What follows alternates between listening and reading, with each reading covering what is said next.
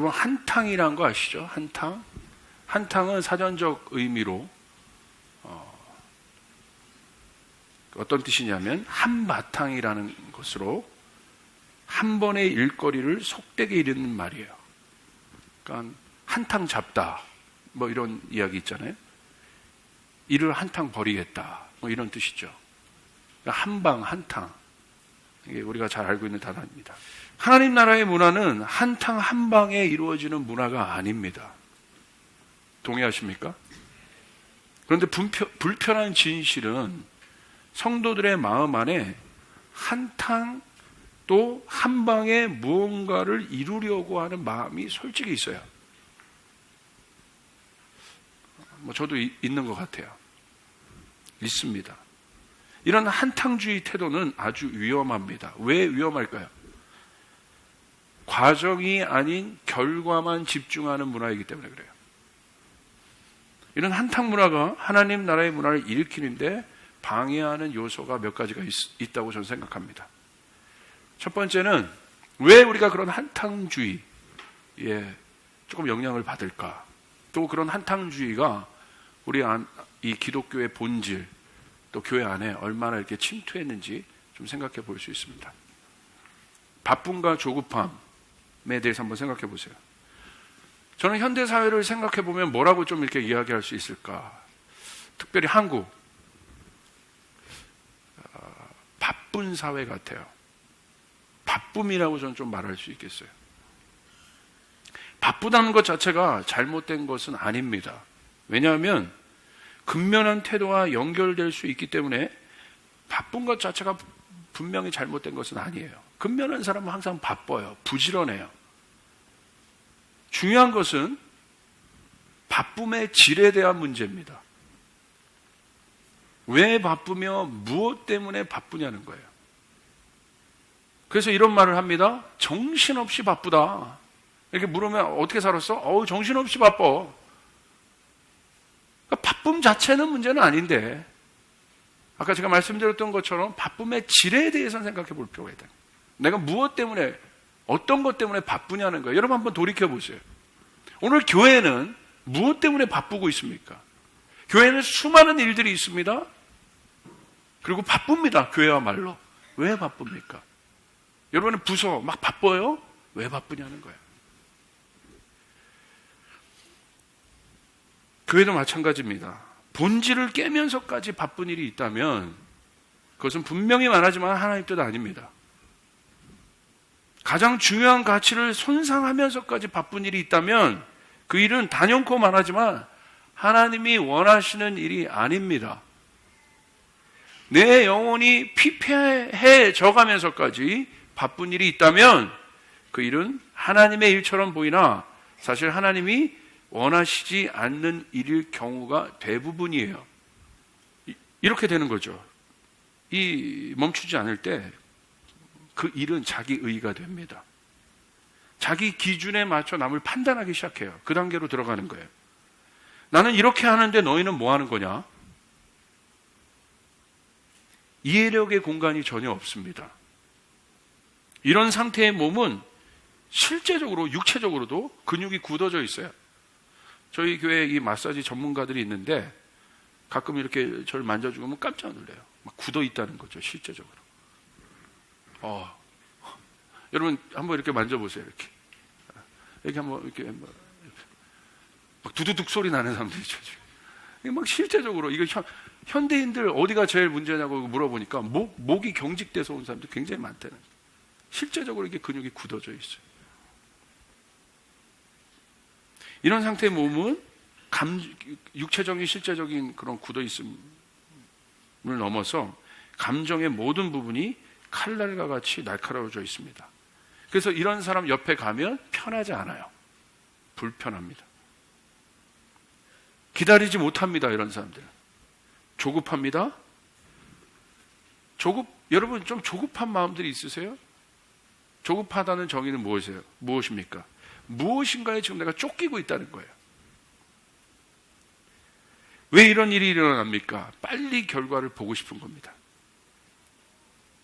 그렇기 때문에 집중하지 못하고 계속 경직된 상태로 살아가는 것입니다. 왜 어떤 문화적 태도가 그렇습니까? 우리 안에 있는 문화, 한국 안에 있는 문화, 목적지만 가면 된다는 것이에요. 과정이 소용이 없죠. 외국에서는 이런 기준 말도 되지 않아요. 통과할 수 없어요. 선진국들 보십시오. 이게 문화적 수준을 보여주는 거예요. 여러분, 가정 문화를 한번 생각해 보세요. 가정 문화를 지키는데 가장 중요한 것은 무엇입니까? 시간과 정성이에요. 함께 하는 것이에요. 제가 굉장히 바빠요. 그래서 가정에 소홀해질 수 있겠습니다. 근데 가정이 제일 중요시 돼야 돼요. 왜? 굉장히 중요한 원천이 가정이 흔들리고 무슨 어떤 사역을 하겠습니까? 제가 어떻게 여기서 말씀을 전할 수 있겠습니까? 그런데 제가 바쁘다는 것을 합리화시키면서 여보, 나 바쁜 거 알지? 10만 원 줄게. 이걸로 해결해. 웃으라고 하는 얘기예요? 할렐루야. 이게 돈으로 해결할 수 없는 거잖아요. 내가 아이들과 시간을 드리고 그래도 쪼개서 정성스럽게 살아야 되는데, 이렇게 같이 함께 해야 되는데, 그것을 나가서 얘들아, 아빠 너무 바쁜데 이해해. 나가서 오늘 내가 나이키 운동 하나씩 사줄게. 그걸로 해결이 안 되는 거잖아요. 성전 건축 생각해 보세요. 어떤 문화가 있었습니까? 성전 건축 한 방으로 모든 것을 해결하려고 하는 문화예요. 성전 건축 한 방이면 모든 부흥이 있을 것이라는 태도입니다. 영적 훈련, 질적 성장을 위한 어떤 노력도 없습니다. 성전 건축 한 방이면 된다는 것이에요. 왜 이런 한방 문화가 일어납니까? 쉽게 가려고 하기 때문에 그렇습니다. 여러분은 어떻습니까? 저희 조이풀 교회는 어떻습니까? 이런 한방주의 문화의 폐단은 실제적으로 이렇게 우리 안에 나타나 있어요. 깊게. 한 사람의 영웅이 나타나 모든 것을 해결하려고 하는 영웅 신드롬이 있습니다. 한국 교회만큼 화려한 믿음의 영웅이 태어난 나라도 드뭅니다. 정말 한국에는 내노라는 우리 윗세대 때, 아비세대 때 믿음의 영웅들이 있어요. 황무지를 개간해서 정말 하나님 나라를 놀랍게 일으킨 믿음의 영웅들이 한국 교회 안에 있었어요. 말만 들어도 전 세계적으로 주목받는 믿음의 영웅들이 그 어느 나라보다도 많은 곳이 한국이에요. 그리고 그들은 엄청난 업적을 한국 교회 안에 이루어 놓았습니다. 상상할 수 없는 일들을 해내셨습니다. 그런데 그들의 강력한 리더십을 바탕으로 그 일들이 이루어졌는데 지금의 시대는 다릅니다. 한 사람의 영웅이 모든 것을 감당하기 실제적으로 어려운 때가 되었다는 것입니다. 다양성의 사회. 왜 그렇습니까? 사회는 우리가 생각할 수 없는 엄청난 속도로 변화를 보이고 있다는 거예요. 한 사람의 영웅이 이 모든 것을 이제는 감당할 수가 실제적으로 없다는 거예요. 영웅이 잘못된다는 것이 아니라 이제는 이 시대가, 이 사회가 엄청난 속도로 변화하고 있다는 것이에요. 이 말은 혼자 모든 것을 할 수 없는 시대가 되었다는 것입니다. 습득해야 될 정보, 자료들이 하루에도 감당할 수 없을 만큼 쏟아지고 있습니다. 그러므로 이 변화된 시대 속에서 오늘 교회는, 우리 성도들은, 여러분은 뭘 인정해야겠습니까? 이 변화를 인정해야 되고 다양성을 인정해야 제대로 된 문화를 일으킬 수 있다는 거예요. 그런데 교회 문화를 보면 이런 다양성을 전혀 대응하지 못하고 있는 형태예요. 사회는 첨단을 걸어가고 있는데 교회는 그러지 않은 것 같아요. 변화하려고 하는 조짐도 없어요. 죽어가면서도 안 변해요. 저는 이런 문화적 현상에 많은 질문을 던지고 있는 겁니다. 왜 그렇습니까? 획일적인 문화이기 때문에 그래요. 획일성이 무서워요. 좋은 것도 있지만 획일성은 굉장히 무서워요. 변화무쌍한 현대의 다양한 문화를 전혀 받아들이지 못합니다. 여러분, 교회 구조가 변하고 있습니다. 실제예요. 어떻게 변하고 있을까요? 교회를 실제적으로 누가 개척합니까? 사역자들이 개척해요. 사역자들의 생태계가 지금 변하고 있어요. 왜? 수요는 적은데 공급은 많습니다. 수요와 공급이 불균형이 이루어진 지 오래됐어요. 사역자들은 쏟아져요. 그런데 없는 거예요. 어디로 가야 될지는 없는 거예요. 이게 지금 우리 교회 안에 있는 이 교회적 생태계예요. 이게 생태계가 중요하잖아요. 어떤 환경인 것인가 중요하지 않습니까? 그러니까 실제적으로 교회 구조 안에 변화들이 일어났어요. 그러니까 그 생태계 안에서 적응하려고 다양한 교회들이 태어나고 있어요. 카페 교회들이 나옵니다. 특수 형태의 사역들이 일어납니다. 이제 교회 목사님들이 투잡을 갖는 것들이 일반화되어 가고 있어요. 엄청난 생태계의 변화가 일어남에도 불구하고 구조는 안 바뀌어요. 이것이 현실입니다. 획일적 문화예요. 이런 획일적 문화는 무엇이 위험하냐면 한 공장에서 획일적으로 찍어내는 어떤 단일화된 생산품만 만들어낸 것과 같아요. 획일적 문화의 무서움이 뭐예요? 공장에서 빵 찍어내듯이 같은 빵, 같은 인형, 공장과 똑같은 거예요. 획일화된 거예요. 컨베이어 벨트에서 똑같이 돌아가는. 교회는 그런 곳이 아니에요. 여러분 동의하십니까? 교회는 빵 찍어내는 공장이 아니에요. 교회의 구성원을 보십시오. 같아요, 여러분? 다르죠? 이렇게 다양한 게 교회예요. 다양한 연령이 모여 있고요. 다양한 계층이 모여 있고요. 다양한 배경이 모여 있는 게 교회인데 어떻게 획일적으로 이것을 운행할 수 있습니까? 말이 안 되는 거예요. 생태계가 그렇다는 거예요.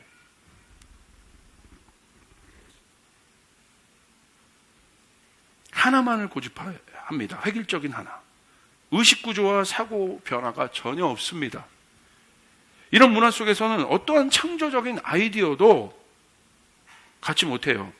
발표하고 기획하지 못해요. 그러니까 수동적이에요. 사역자들도 마찬가지예요. 그냥 매뉴얼에 따라 매뉴얼 인생들이에요. 지금 변하고 있다는 거예요. 근데 이제 문제는 뭐예요? 이 획일적 문화의 단점은 수용성이 없다는 거예요. 받아들이지 못한다는 거예요. 근데 세상은 보십시오. 다음 카카오 보십시오. 저는 기절하는 줄 알았어요. 다음 카카오의 CEO가 몇 살입니까? 30대예요. 세상은 이렇게 변하고 있어요. 왜 그렇게 선택합니까? 생존을 위해서. 변화된 인터넷 환경, 비즈니스 환경 속에서 그들이 선택한 생존의 전략이 30대 CEO를 세우는 거예요. 세상도 이렇게 움직입니다. 또 획일적 문화의 가장 큰 단점은 무엇입니까? 사람을 키울 수 없다는 것이에요. 그 시스템을 안전하게 유지시킬 수 있는 관리자 중심의 문화이기 때문에, 매니저들 중심의, 매니지먼트 중심의 문화이기 때문에 이런 문화는 유지에 관심이 있어요. 발전이 없습니다. 지금까지 일어난 잘못된 문화의 원인은 어디에 있습니까? 한방 중심의 문화에 있습니다. 한마디로 요약하면 눈에 보이는 화려한 무대에만 집중하는 문화이기 때문에 그래요. 교회도 그렇습니다. 이런 문화는 무대에만 집중하기 때문에 무대 뒤의 모습에는 전혀 관심이 없습니다. 한 사람만 나오면 되는 거예요. 결국 이런 문화는 사람 중심의 문화입니다. 근데 우리가 일으키고자 하는 문화는 뭐예요? 사람 중심의 문화가 아니라 하나님 나라 중심의 문화예요. 할렐루야! 하나님 중심의 문화인 거예요. 사람 중심의 문화가 아니라 하나님 중심의 문화를 우리는 일으켜야 합니다. 그럼 하나님 중심의 문화는 무엇입니까? 성경에서 말하고 있는 사람 중심이 아닌 하나님 중심의 문화의 핵심은 무엇입니까? 성경은 한 사람의 영웅에도 집중하지만 그렇지 않은 지극히 작은 소자 하나에 집중하고 있다는 사실이에요. 여러분 동의하세요? 마태복음 25장에 마지막 심판 때, 주님의 보좌 심판 때 앞에서 양과 염소가 나눠주는 기준의 심판 때가 있게 돼요. 주님의 편에 있었던 사람은 양의 편에, 그렇지 않은 사람들은 염소의 편에 있어서 영원한 고통을 받게 됩니다. 근데 그 기준이 뭐냐는 거예요. 마지막 심판대 앞에 서게 돼. 기준이 뭐냐는 거예요. 내가 이런 업적을 이뤘고 하나님 앞에 이런 것들을 했고가 아니라는 거예요. 성경대로 보세요. 하나님, 내가 하나님 앞에 이런 일들을 해냈습니다가 아니라는 거예요. 교회가 집중해야 될 곳이 어디냐는 거예요. 교회가 일으켜야 될 궁극적인 문화가 뭐냐는 거예요. 말씀대로 본다면 마지막 심판 때 그것이 기준이 됩니다. 말씀에 보니까 이렇게 돼 있어요. 임금이 그들에게 말하기를 내가 진정으로 너희에게 말한다. 너희가 여기 내 형제 가운데 지극히 보잘것없는 사람 하나에게 한 것이 곧 내게 한 것이다 할 것이다. 할렐루야.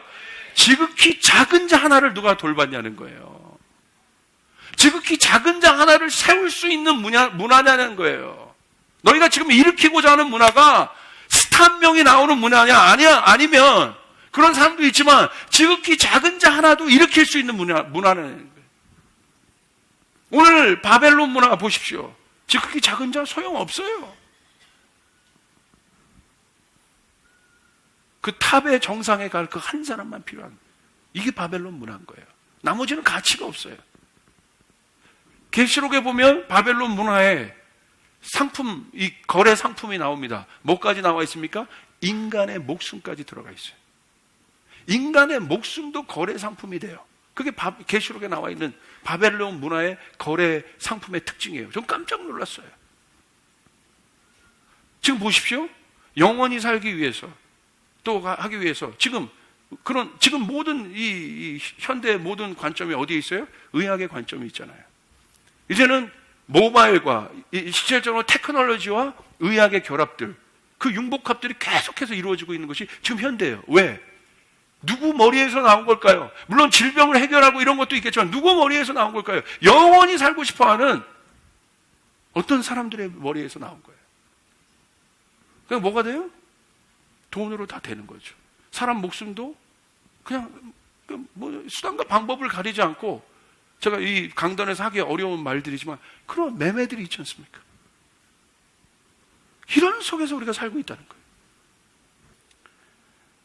안나가 일으킨 하나님 나라의 문화를 보십시오. 여러분, 이제 우리는 어떤 문화를 일으켜야 됩니까? 충성된 문화를 일으켜야 돼요. 능력 있는 한 사람이 무엇인가를 하고 능력 있는 뭐 한 사람이 뭔가를 하는 거 이제 끝났어요. 오늘 주님의 눈은 충성된 안나 한 사람을 찾고 있습니다. 변하지 않는 안나 한 사람을 찾고 있습니다. 누가 뭐래도 비가 오나 눈이 오나 안나처럼. 여러분, 안나가 보세요. 남편과 결혼하고 7년 동안 살다가 사별을 하고 그때부터 84세까지 성전을 떠나지 않고 밤과 낮을 성전을 지켜가며 금식하며 하나님을 섬겨왔다고 안나를 거술하고 있습니다. 저는 성경이 너무 매력적인 게, 다른 신화들 보세요. 다 영웅들만 소개하는데 성경은 이 한 사람을 소개하고 있다는 거예요. 기가 막히지 않아요? 우리가 보고 있는 말씀이. 하나님의 눈이 기가 막히지 않아요? 사랑하는 여러분, 아무도 여러분을 주목하고 있지 않다 하더라도 여러분 걱정하지 마시길 바라요. 하나님의 눈이 여러분을 주목하고 있다는 것이에요. 하나님의 영원한 거룩한 책에 여러분의 이름이 기록되고 있다는 것이에요. 이것이 우리가 일으켜야 될 문화인 것이에요. 하나님 눈에 맞는 문화. 기가 막히지 않습니까? 주님은 아시는 것이죠. 그러니까 14살 보통 그때 결혼했다 치면, 그리고 7년 있으니까 21살 때부터 과부가 된 거죠. 그리고 평생을 하나님의 전에서 여선지자 안나가 주님을 섬겨왔다고. 하나님 예수 그리스도 이 사건 이후에 예수 그리스도가 강력하게 등장합니다. 그리고 안나가 했던 일은 무엇입니까? 그곳에서 뭐라고 돼 있어요? 예루살렘의 구원을 기다리는 모든 사람들에게 이 아기에 대해서 이야기했더라. 뭘 만든 거예요? 작은 파장을 계속 일으킨 거예요. 예수님 누구신지. 우리가 눈에 볼 때는 전혀 영향 없는 한 노파의 기도와 노파의 메시지였지만, 영적인 영역으로 볼 땐 보세요. 그를 기다린 모든 자들에게. 그리고 성경은 오늘 이 여인을 주목하고 있다는 것이죠. 여러분, 어떤 문화를 일으키길 원하십니까? 오늘 이 안나가 일으켰던 문화의 핵심은 무엇입니까? 충성됨이에요. 충성됨은 누구에게 해당되는 것이에요? 충성할 수 있는 대상이 있는 사람에게 있는 거예요. 왜 우리는 충성하지 못합니까? 우리가 충성할 대상이 가려져 있는 것이에요. 충성할 대상에 대한 계시가 우리 안에 없는 것이에요. 우리가 충성할 대상이신 예수님은 우리의 왕이세요. 우리가 전 삶을 들여 우리의 모든 것을 섬겨도 부족함이 없는 그런 분이세요. 믿으시면 아멘 합시다. 믿으시면 아멘 합시다. 그러므로 그 사람은 나의 것을 전하는 것이 아니라 그 왕의 것을 전하는 거예요. 왕의 취향을 전하는 자들. 왕이 무엇을 생각하는지를 이해하고 아는 자들이에요. 지속적인 메시지를. 쓰레기 같은 메시지가 아니라 진짜 생명의 메시지를 전하고 있다는 것이에요. 오늘 여러분 안에 그 일들이 일어나길 바랍니다. 여러분 직장에서 우리는 이 문화 시리즈를 통해서 실제적인 일터들을 고민하고 있어요. 여러분 낭망하지 마시길 바라요. 여러분이 그 직장 안에서, 여러분이 그 일터 안에서, 여러분의 영향력 그 안에서 예수님의 향기를 뿌리고 있다면, 작은 파장을 일으키고 있다면 하나님은 그 메시지를 통해서 오실 것이라는 것이에요. 그 메시지를 통하여 하나님은 일하실 것이라는 거예요. 아멘! 여러분 믿습니까? 할렐루야! 그러므로 저희 조이풀 처치 걱정하지 마시길 바라요. 우리가 이곳에서 그냥 묵묵히 우리의 일을 해내고 있다면, 할렐루야! 여기 나가서 열방을 변하는 것도 중요하지만 여기 와 있는 실제적인 한 사람에게 영향력을 주고 있다면, 섬기고 있다면, 그들이 살아나고 있다면 하나님은 그 사람을 통하여 역사하실 것이라는 것이, 이를 믿으시길 바랍니다. 하나님 나라의 문화의 특징은 무엇이 있습니까? 충성됨이 있어요. 사랑하는 여러분 보십시오. 가슴에 손을 대보십시오. 나는 충성된 자인가? 질문해 보세요. 나는 충성된 자인가? 여러분 우리가 충성하지 못하는 이유는 무엇입니까? 왜 그렇습니까? 사람 보면 충성하지 못해요. 이건 진짜예요. 사람 보면 충성하지 못해요. 그러나 하나님 보면 충성할 수 있어요. 목사 보면 충성하지 못해요. 왜? 목사는 변할 수밖에 없는 사람이에요. 저 그렇게 신실한 사람 아니에요. 목사 보면 충성하지 못해요. 그러나 하나님 보면 충성할 수 있어요. 우리나라를 일으켰던, 이 한국교회 기독교를 일으켰던 실제적인 사람들은 누구예요? 영웅도 있었어요. 그러나 실제적인 문화 배경을 만들어 놓고 이 밭을 갈아버렸던 분들은 누구예요? 우리 할머니들이에요. 동의하십니까? 눈이 오나 비가 오나 그 자리에 앉아서 하나님의 전을 지켰던 수많은 안나가 한국에 있다는 사실이에요. 이건 몰라요. 한국교회 성장, 부흥, 원동력, 무슨 프로그램 배우고 막 이런 거 가르쳐요. 아니에요. 천만에. 한국교회가 이렇게 성장할 수 있었던 거, 그 프로그램 때문에 성장한 거 아니에요. 충성된 안나들이 있었기 때문에 그런 것이에요. 믿으시면 아멘 하시길 바라요. 눈이 오나 비가 오나 그 자리에 앉아서 하나님의 교회를 지키고 기도하고 금식하고 하나님의 전을 내 집같이 여겼던 충성된 안나들이 있었기 때문에 그래요. 저는 저희 조이풀 처치가 다음 세대의 교회지만 저는 꿈꿔요. 하나님, 여기에 모여있는 젊은이들이, 다음 세대들이 머리가 휘어지도록 주님의 전을 사랑하고 하나님의 전을 사랑하고 이곳에서 충성되이 누가 주목하지 않아도, 무대 위에 내가 서지 않아도 무대 밑에서라도 주님을 생각함으로 이 사람이 진짜 신부인 거예요. 진짜 신부인 겁니다. 묵묵히 하나님 앞에 걸어갈 수 있는 안나. 이 교회는 그 안나가 필요합니다. 능력 있고 경험 많고 내가 어디 가서 사역 좀 뭐 했다. 여러분 말짱할 거예요. 사역적 경험이요? 다 변하게 돼 있어요. 환경이 변하는데 그 경험 갖고 예전에 1, 2년 전에 뚫었던 그 경험 갖고 뚫어낼 수 있어? 못 뚫어요. 절대 못 뚫어요. 하나님은 절대 기능 보고 역사하지 않아요. 충성된 마음을 보고 역사하시는, 충성되이 가시길 바라요. 잔잔한 물결과 같은 안나, 크진 않지만 적용하겠습니다. 보여지는 화려함에 집중하지 마십시오. 실력이 아닌 거품만 갖게 됩니다. 한 방에 잘 살려고 하지 마십시오. 더디 가도 확실히 갈 수 있는 충성됨을 키우시길 바랍니다. 신앙은 단거리 경주가 아닌 장거리 마라톤임을 명심하십시오. 예수님도 30년 가까이를 준비하셨다는 사실을 생각해 보면 놀랍습니다. 그러므로 한 발자국 앞으로 나가는 일을 연습하십시오. 진정한 하나님 나라의 문화의 관건은 결과가 아닌 과정입니다. 오늘 충성되이 살아내지 못한 사람에게 성공과 부흥은 절대로 일어나지 않습니다. 안나의 문화를 붙잡으시길 바랍니다. 작고 보잘것없어 보이지만 감당할 수 없는 허리케인과 같이 예수의 문화가 일어나게 될 것이에요. 할렐루야!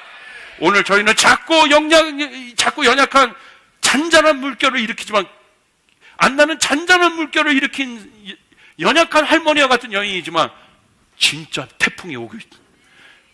진짜 폭풍이신 예수님이 오셨어.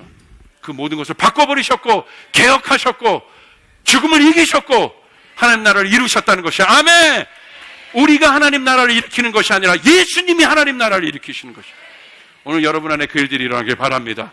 그러므로 여러분 가정 안에 문제가 있습니까? 괜찮아요. 여러분 자녀 안에 문제가 있습니까? 여러분 안에 문제가 있습니까? 괜찮아요. 크게 한 방에 해결하려고 하지 마시고 잔잔하게 충성되이 나가시면 폭풍과 같은 예수님의 영향력이 여러분의 모든 것을 사로잡을 줄 믿습니다.